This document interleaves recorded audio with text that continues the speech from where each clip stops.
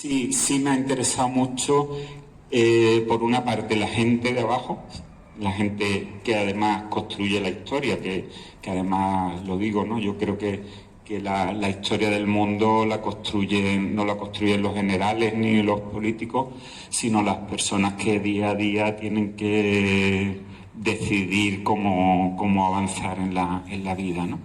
Y creo que hay historias maravillosas detrás de todos y cada uno de nosotros, ¿no?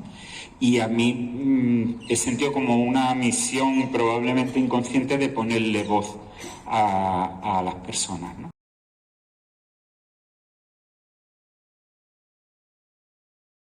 Yo creo que hay una obligación de ponerle voz a las personas que no la tienen, ¿no? Con un sentido de trascendencia, que la trascendencia la entiendo también desde un punto de vista ético, ¿no?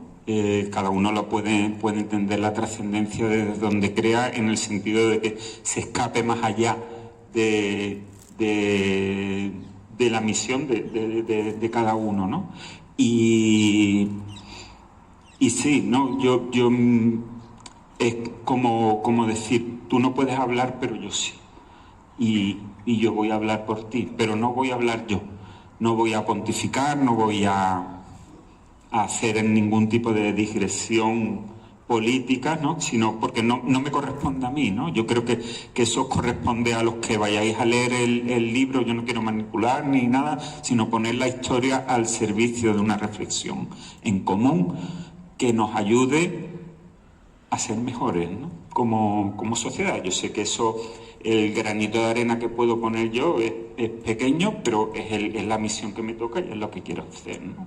Y la que hago con la literatura, no me interesa otra cosa.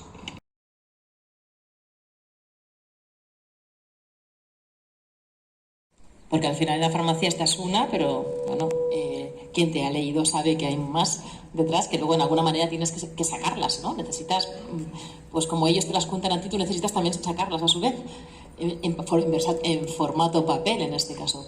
Pero ¿cómo lo llevas? Porque claro, son muchas historias las que recibes a diario, más allá de la receta. Sí, bueno, no todas las historias. Yo trato de intentar ayudar a las personas que toman medicamentos de la mejor manera que sé, de acuerdo a mis conocimientos y a mi experiencia, ¿no? Pero creo que no todas las historias son literarias, o yo no he sido capaz de captarlo, ¿no? A mí me ha pasado, en la farmacia me han surgido pues varias, ¿no? Recuerdo la primera novela, que El Viernes de Julio, que estaba hecha en los primeros meses de la Guerra Civil Española. Pues la espita que salió fue de una conversación entre dos personas de 80 años, un hombre y una mujer, que charlaban de cuando iban en Ciudad Jardín a una piscina en la época de la República, que se bañaban y les enseñaban a leer y escribir ahí, ¿no? Lo utilizaban, dijéramos, para que aprendieran a leer y escribir, el divertimento en la piscina, ¿no? Y charlaron ahí y de pronto digo, esta historia quiero contarla. Después salió y organicé merienda en la farmacia con mujeres y hombres mayores de 80 años para que me contaran sus historias, ¿no? Y por ejemplo, en la presentación de la segunda novela, cuando que era una historia de 3 generaciones de migrantes andaluces en Brasil a lo largo del siglo XX, pues miré a las personas que estaban ahí acompañándome, y había muchas personas de las 3.000 viviendas que son personas con las que yo trabajaba, ¿no? De voluntarios, personas que viven allí, ¿no? Y de pronto, pues estoy escuchando a los que me estaban acompañando y veo que la migración a Brasil era muy dura, pero hay otra migración tan dura como esa, y muchas veces más, que es la expulsión de los barrios de donde ellos han nacido, que están ahora ocupados por personas de mayor poder adquisitivo y que ellos han tenido que ser expulsados al extrarradio, ¿no? Y de pronto salió así, ¿no? Y además me fui a Perú a los 2 días a dar clases, y dije, 3.000 viajes al sur, ¿no? Por 3.000 viviendas y por el polígono sur, ¿no? Pero no sé, tienen que ser cosas que como de pronto me lleguen así, ¿no? Lo que pasa que sí reconozco que ahora mismo el proceso de esta novela a mí me ha desgastado muchísimo, muchísimo, y ahora mismo lo que no tengo ganas de escribir. Sinceramente, ¿no? Estoy ahí como diciendo, esto es mi retirada, ¿no? Porque, bueno, ha sido muy ingrato, ¿no? Muy ingrato todo el proceso de una historia que empezó hace 5 años, ¿no? La terminé antes de que empezara la pandemia y que bueno, si no llega hasta mi mariquilla Padilla, que me la salva, que se lo agradezco enormemente, ¿no? Que la labor editorial que han hecho, ¿no? Y que me parece un orgullo pues haber publicado con vosotros, te lo digo totalmente en serio.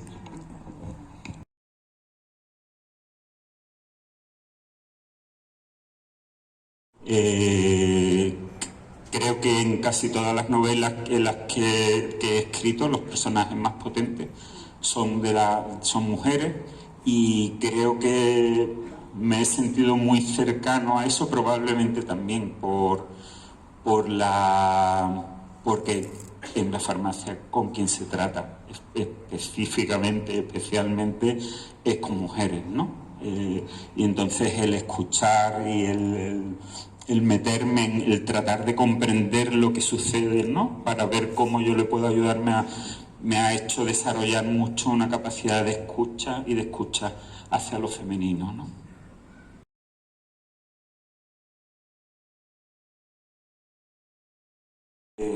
Bueno, dicen que entre 1940 y 1990 se robaron 300.000 bebés en España, solo en España, ¿no? Y es una práctica que no ha sido solo en España, que todos conocemos lo que ha sucedido en Argentina, en Uruguay, en Portugal, en Italia, ¿no?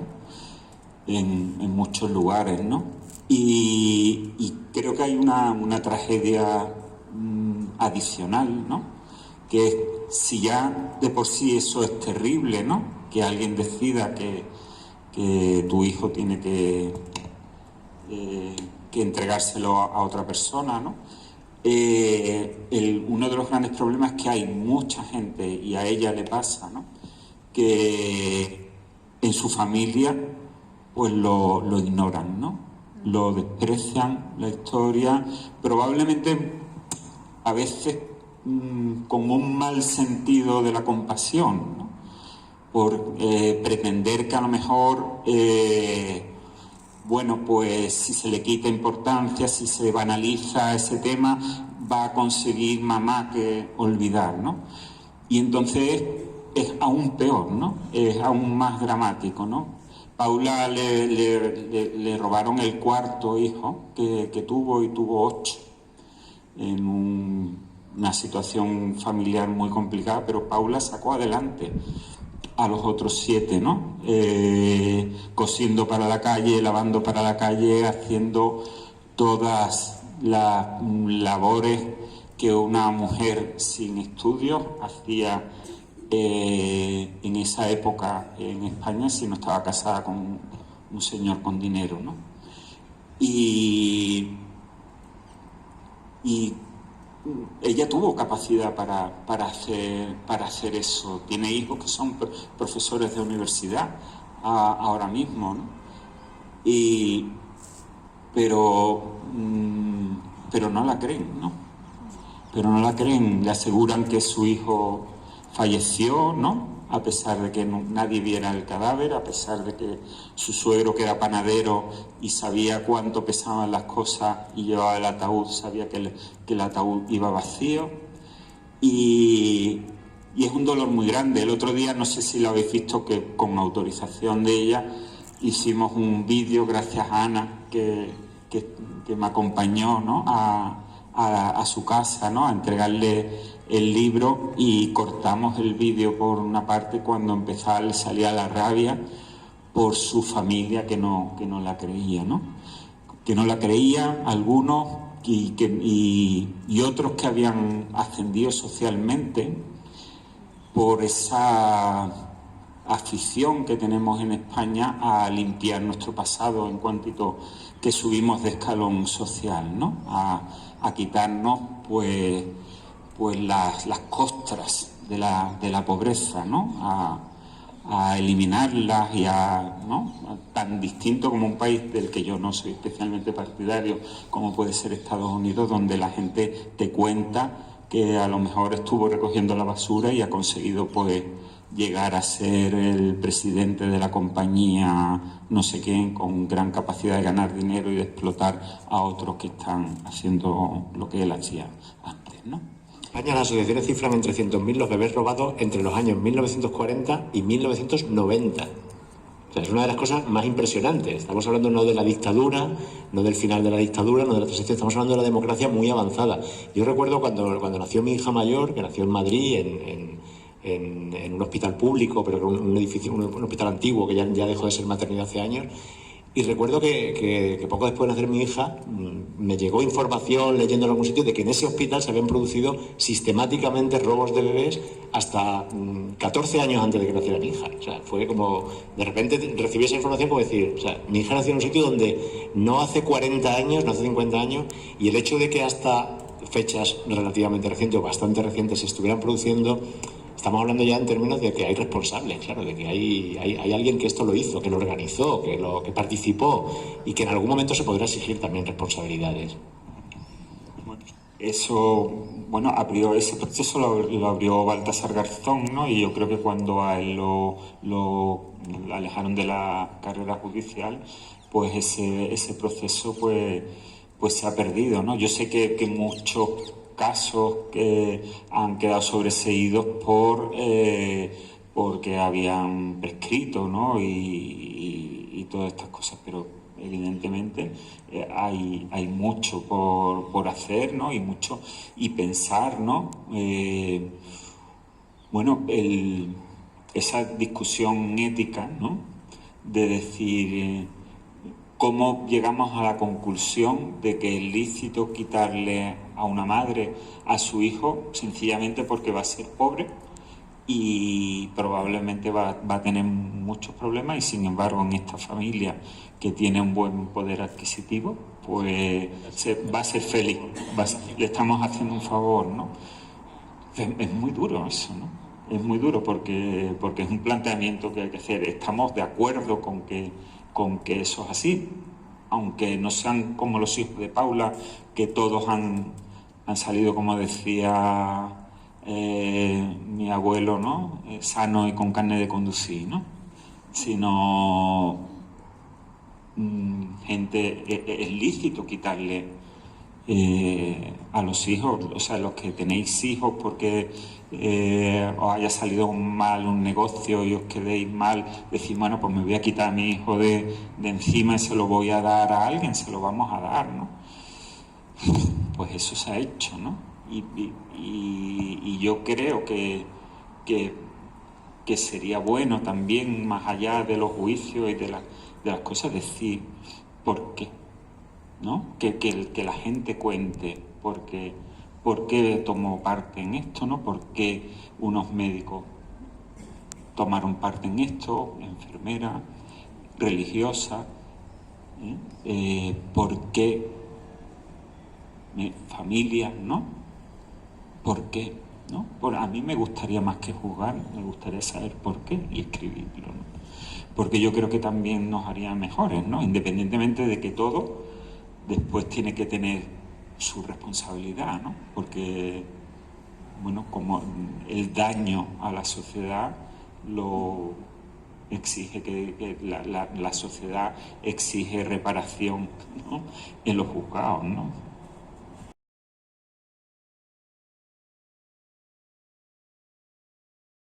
¿Qué te ha dicho cuando ha leído la novela? Bueno, ella leyó el manuscrito en su momento, ¿no? Porque me pareció que antes de iniciar cualquier proceso de publicación ella me tenía que dar el visto bueno, porque yo no me quiero aprovechar de nadie sin formación, ¿no? Como para esto, ¿no? Y la verdad que sí, que le gustó mucho, ¿no? Y bueno, y el otro día cuando Ana y yo se lo llevamos, ¿no? Pues fue un momento muy especial, ¿no? Porque le contaba, esta es la historia, esta es la mía, ¿no? Porque le había cambiado el título y ella no se había dado cuenta, vamos, al ver el libro no creía que le estaba llevando un libro de regalo como otras veces le había llevado, ¿no? Pero sí, ella además está fatal, la pobre de la vista, pero se leyó la mitad de la novela esa misma noche, me iba escribiendo WhatsApp, ¿no? Y estaba súper encantada, porque yo en todo este proceso a mí me ha desgastado mucho una de las cosas el pensar que ella falleciera en el proceso, ¿no? Porque me parecía que no le iba a hacer justicia a esa historia, que yo la necesitaba, que tuviera ese libro, ¿no? Y ella lo primero que se acordó fue de su familia, ¿no? Fue de su familia, porque dice, es que tu manuscrito, ¿no? Las hojas en Word que yo le di en anilladas, ¿no? Dice, es que se lo he dado a mis hijos y no han querido mirarlo, ¿no? Y bueno, a mí también me da mucha rabia, ¿no?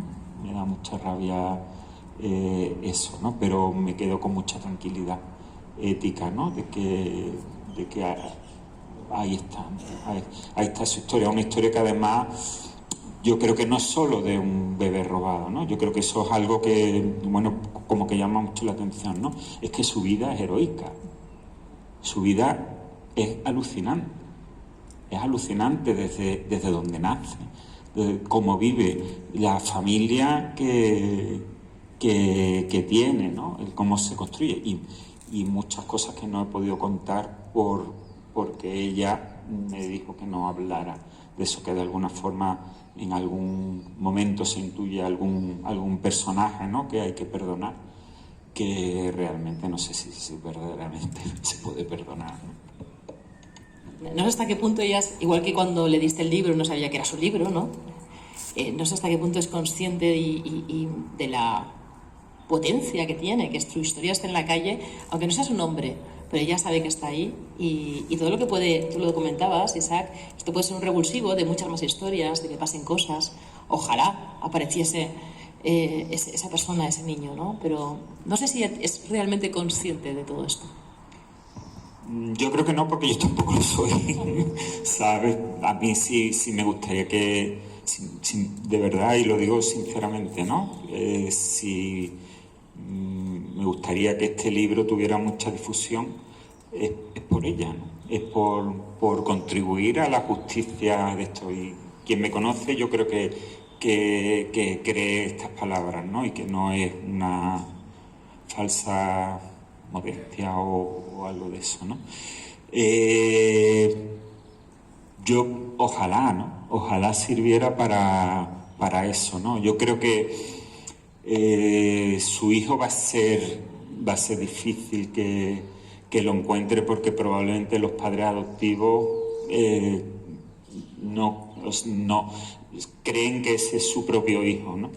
Y entonces eso va a ser muy difícil que alguien así, porque no va a haber ninguna posibilidad de una confesión en el lecho de muerte, de decir yo no soy tu padre, y todas estas cosas que aparecen en las películas, ¿no? O porque realmente yo creo que esos padres que acogieron a este hijo lo quisieron como cualquiera queremos a nuestros hijos, no como si fuera sangre de nuestra sangre, ¿no? Como dicen, ¿no?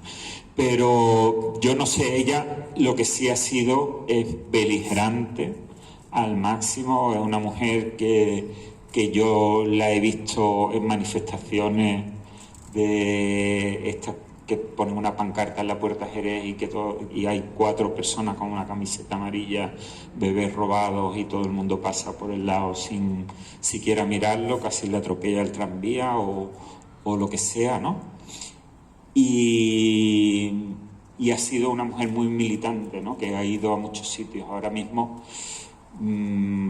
sigue siendo muy peleona, ¿no? Y sigue siendo, pero bueno, tiene 80 años y está enferma, ¿no? Entonces, a mí nada más me gustaría, ¿no? Pero el que ese hijo que está por ahí llegue a a pensar que pueda ser su madre otra, pues desgraciadamente va a ser muy difícil.